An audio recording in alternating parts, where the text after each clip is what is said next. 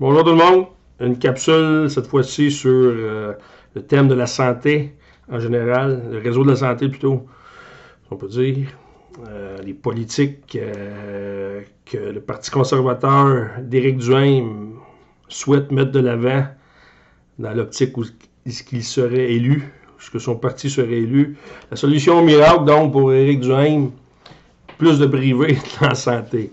Des investisseurs étrangers qui viendraient construire des hôpitaux, qui viendraient gérer les services de soins de santé au Québec.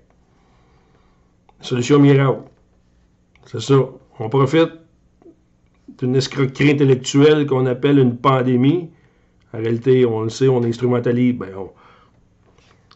les promoteurs de l'agenda 2030, du Great Reset. Bon, ces gens-là, ces promoteurs-là mettent de l'avant, ils instrumentalisent, si on veut, la grippe qui a toujours existé. On exagère, on gonfle, on amplifie le phénomène de grippe pour en faire des sous-variants, puis des sous-sous-variants de symptômes asymptomatiques, puis de cas symptômes, non, de cas asymptomatiques, de cas contact, de cas, en tout cas, vous voyez le délai, là. Ça, c'est réellement une des raisons qui fait en sorte qu'il nous manque de personnel dans nos systèmes de santé, dans nos hôpitaux. Je crois qu'il manque 9000 infirmières présentement au Québec qui sont en arrêt de travail sous prétexte de COVID. OK? Je ne sais pas exactement, peut-être des retraits préventifs, le délai, là, ça fait partie du délai.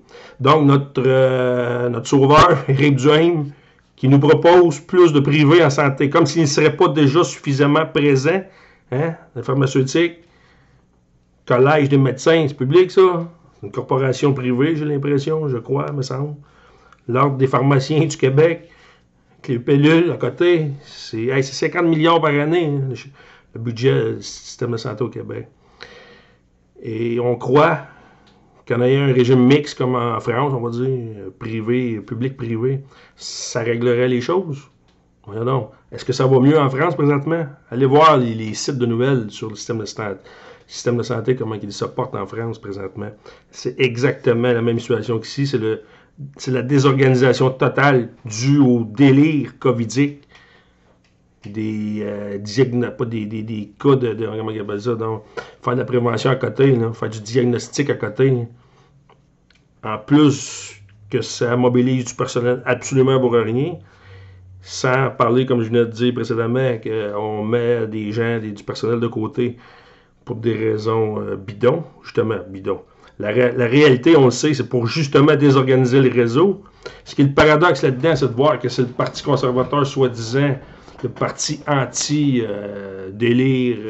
pandémique, qui met de l'avant les objectifs que le système lui-même souhaite atteindre par sa désorganisation volontaire et programmée du système de santé. Donc, une raison de plus pour vous dire que le Parti conservateur, pour adhérer à ça, pour militer au sein de ce parti-là, pour se présenter, pour mettre sa face sur une pancarte demain matin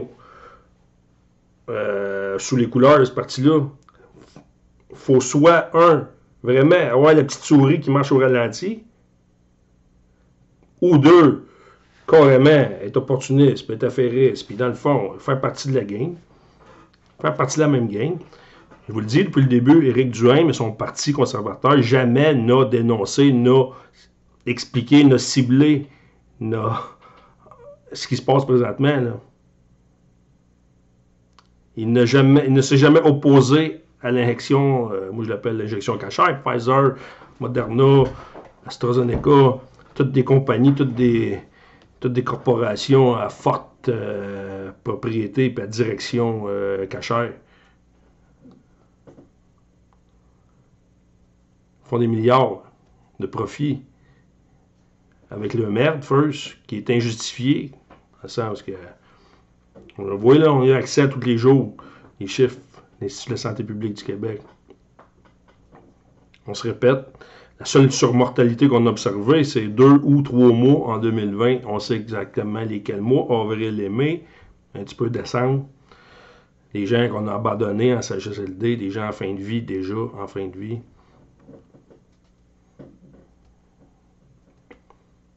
On a passé ça sur le dos de la grippe.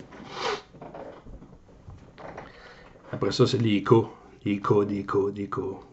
Ah ouais, moi, j'en suis peut-être un cas. On va faire un test à la con. Ah oui, je suis un cas asymptomatique. Donc, on considère que je fais partie des contaminés dans les statistiques. Tu sais, là, de moment donné, les vaccins, ils n'ont rien à voir. Là, les injections, c'est injustifié. Un, pour le coût. Ne serait-ce que pour le coût. Les fonds publics que ça sollicite, que ça nécessite. J'ai pas revu encore, mais les contrats là, fédéral, je veux pas, c'est de l'argent des contribuables, c'est notre argent, ça. Puis toute la désorganisation du système de santé québécois que ça a créé aussi, c'est des coûts, ça.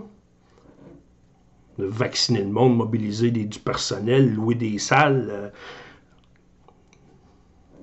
C'est une escroquerie, c'est une fraude intellectuelle, puis une fraude financière, puis une fraude envers le peuple, carrément. Donc, un, il faut que tu dénonces la vaccination en tant que escroquerie, first. Puis deux, tu t'éloignes de ça. Tu veux réellement te qualifier comme étant quelqu'un de l'opposition. Tu vas te faire injecter 2 fois cette merde-là qui est injustifiée. Puis nous, les électeurs, les gens, on va dire, qui s'opposent aux mesures sanitaires, mais c'est pas tant aux mesures sanitaires qu'on s'oppose. C'est pas une question de liberté. C'est pas qu'on réclame notre liberté parce que les mesures sanitaires sont trop liberticides. C'est pas ça la question. C'est qu'on se fait fourrer. C'est une fraude. C'est une fraude. C'est une escroquerie. Un coup d'État sous faute bannière de crise sanitaire. Je le dis depuis mars 2020. Je vais le redire encore dans 10 ans, dans 20 ans, dans 40 ans. C'est ça qu'il faut dénoncer. Pas dire c'est le libre choix. Vaccinez-vous si ça vous tente. Vaccinez-vous pas si ça vous tente pas. Si vous avez peur de ça, si vous n'avez pas peur. Non. C'est pas une question de. C'est une question de. Il y a aussi la médecine aussi. Il faut repenser la médecine. Mais là, je ne veux pas m'éloigner de mon propos. Mais la question de l'anti-vaccination. La question du vaccin, dire, si tu veux t'opposer, si vous voulez réellement vous opposer, c'est dans la forme totale qu'il faut s'y opposer, de voir un gars, je me retiens, de voir un chef de parti qui se dit libre choix, puis qui fait croire à ses électeurs ou peu importe sa clientèle, appelez ça comme vous voudrez, qui s'oppose à l'escroquerie présentement, c'est de faire rire de vous. En tout cas, c'est de faire rire de nous. On fait rire de nous, là.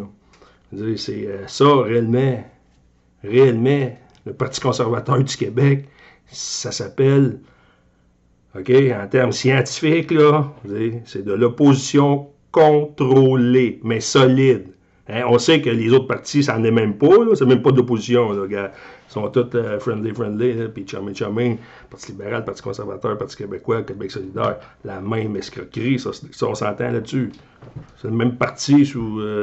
c'est comme l'arc-en-ciel, justement. C'est toutes des couleurs différentes du même arc-en-ciel. Mais le Parti conservateur, là, vient d'avoir un flash, mes gars. Parti conservateur, c'est la même affaire. C'est exactement la même affaire, mais c'est l'affaire de lance, tu veux, l'escroquerie. Un peu comme le fut, il y a 10 ans, où l'était Québec solidaire, pour les questions de LGBTisme, puis de climat, puis tout le délire là, qui est aussi associé avec l'arc-en-ciel, là. La même révolution arc-en-ciel.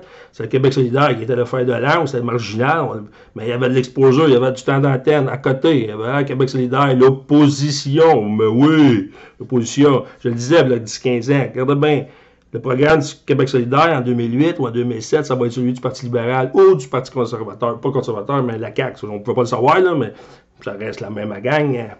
C'est la même affaire. Là.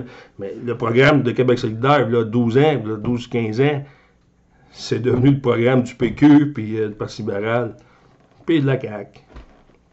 Mais le Parti conservateur, présentement, il agit, il effectue ou il accomplit exactement la même mission, avec d'autres thèmes, mais c'est le même rôle qu'il joue que jouait le Québec solidaire il y a une quinzaine d'années.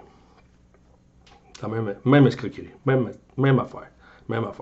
Donc, tout comme, ça reviendrait à une autre capsule, là, mais par rapport au, tout comme l'escroquerie du Parti québécois sur les thèmes nationalistes et sur les thèmes d'identité, les thèmes identitaires et de souverainistes, d'indépendantistes, c'est une escroquerie depuis 68. J'y reviendrai, je vais avoir un flash, j'y reviendrai. Ben, le Parti conservateur, il agit exactement de la même façon et Duhem est 100% conscient de ce qu'il fait. Il sait exactement ce qu'il fait. Donc, je vous laisse là-dessus, puis on se reprend.